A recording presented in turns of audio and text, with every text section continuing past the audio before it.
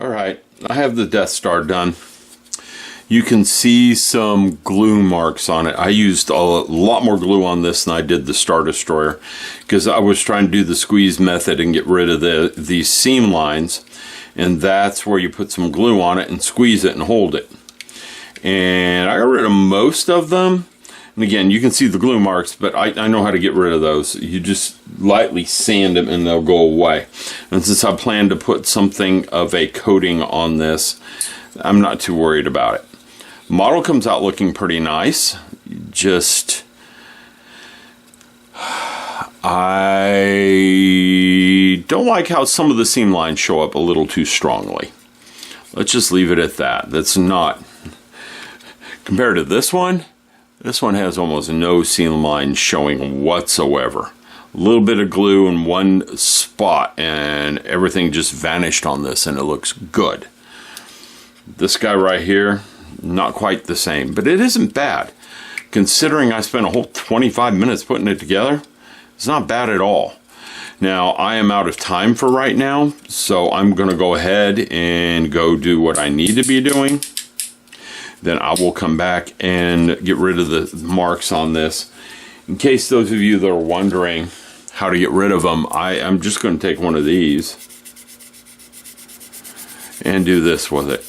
And if you don't have to do it very roughly, not enough to really change the surface up too much, but you hit it just right and you will get rid of most of those glue marks. You get rid of the glossiness of the glue marks. It's still down inside the seam line, but everything above the seam line is going away as I lightly sand it. And you can see it better on this seam line because the seam line isn't as quite pronounced. Okay, but a little bit of work and the glossiness does go away, as you can tell right there. So I will get all that cleaned up, and then I will be ready to do what I did to that Star Destroyer. Okay, because again, the scale on these objects is huge, and if you go too heavy on it with the weathering, you're just going to ruin it. It's not going to look correct. In my opinion, anyhow. Some people like heavy weathering. Well, anyhow, I'll come back later. I'm out of time for now, so this will probably be in a day or two. Back on. All right, everyone. I got the Star Destroyer in front of me. I'm going to finish this guy up. What I'm going to use is this stuff. It's not the Tamiya panel liner. It's the Mr. Weathering color. And if I remember right, this is a filter. Okay, it acts just like the panel liner. It's just the Mr. Weathering color stuff comes in multiple different colors. For example, there's a yellow version. So if I wanted a yellow panel line on my Death Star, I could do it. And there's tan and there's all sorts of other stuff. Okay, and it works pretty much the same way. It's still thinned down. The problem I have with the Mr. Color stuff though is on some of them, there's a brush there, and some of them there isn't. Okay? So what I did with the Star Destroyer, and I'm going to do with the Death Star, is I'm taking one of these. I'm going to leave it on the stand because it's a nice handle. And I just did this with it. Now, this is just like a wash treatment here. And I know some of you will be like, you're doing a wash. Well, I don't like how that looks. Well, actually, I kind of do like how that looks. If that were to come out that way, I might be happy with it, but I don't think it'll come out that way. Okay, and then what I did after that is I wiped it off some because I didn't like it real dark. And I think you can all of you can see the difference.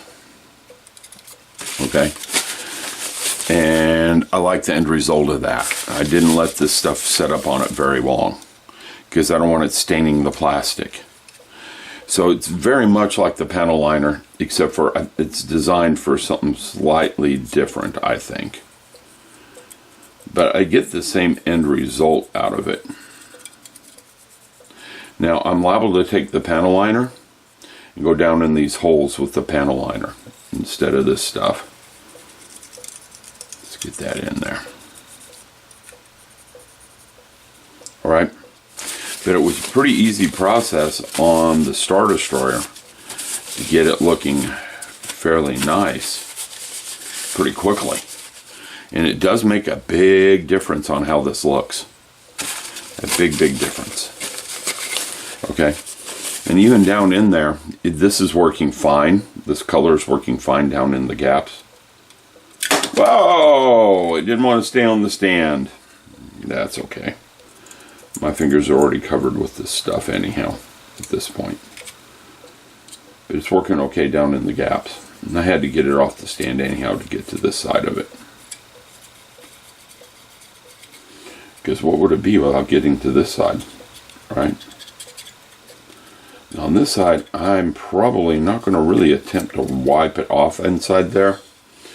Because I don't think it's going to matter so much.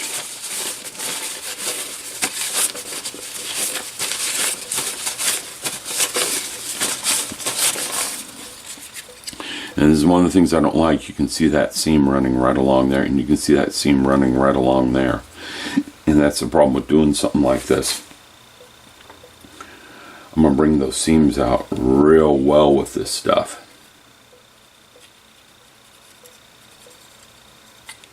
It's going to make them come out.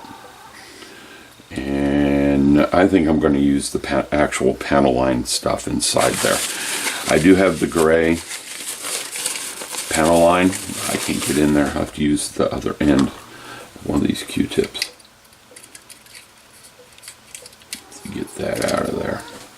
Yeah, it's going to be too thick up inside. But on the outside, this works fine. Okay, it's a quick, easy way to bring out the detail on some of these smaller models without it looking too much. Because, again, I think black would be too much on this. It would just make it way too dark. But this stuff isn't. And it wipes off, and I'm not using very much of it the way I'm using it. I'm going to go ahead and get a black Panaline out. Not a black. The Tamiya Panaliner, which is here.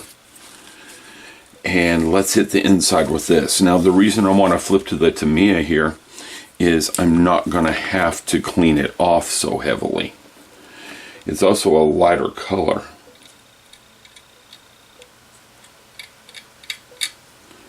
Actually, that's not doing what I want inside there.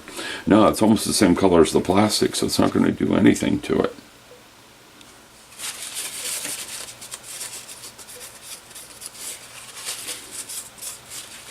Almost exactly the same color as the plastic, so it's not really doing anything down in here. It's doing something, but since it's so close to the same color of the plastic, maybe it's okay because it will give some color contrast in there. Actually, I'm starting to like that because it is giving some color contrast. So I'm going to go ahead and hit it with this stuff, and I'm being pretty thick with it. When it dries up, it pulls the colors in some, so it won't look so thick as it dries. Plus, I can come in there with the Q-tip and moderate that color down some. And when you put it on thick like that, you notice this side here was pooling a little bit, but it's sucking itself down into the gaps. It's so watered down that that's its job, is to take itself up in these gaps and help highlight the gaps and not necessarily the parts.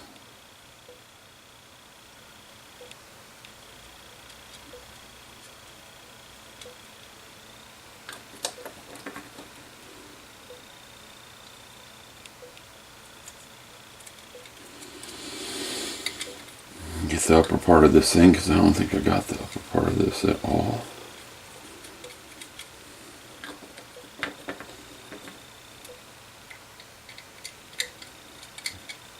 Hitting it pretty heavily too. I can see I'm dripping it on the bench down there. I just don't want to hit this with black, because black will make it stand out far too much in my opinion. And that's not what I want. I just want it to stand out a little bit. All right, let's clean up our mistakes and see what we've done to it.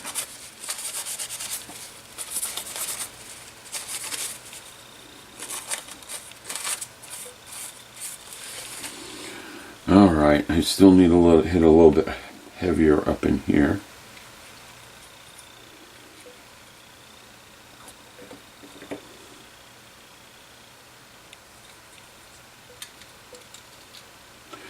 Yeah, I like the color contrast this is giving. So it's not coming out with the same color as the outside. It is changing the color of the inside a little bit. Okay, so I like the color change. It's subtle, it's not heavy.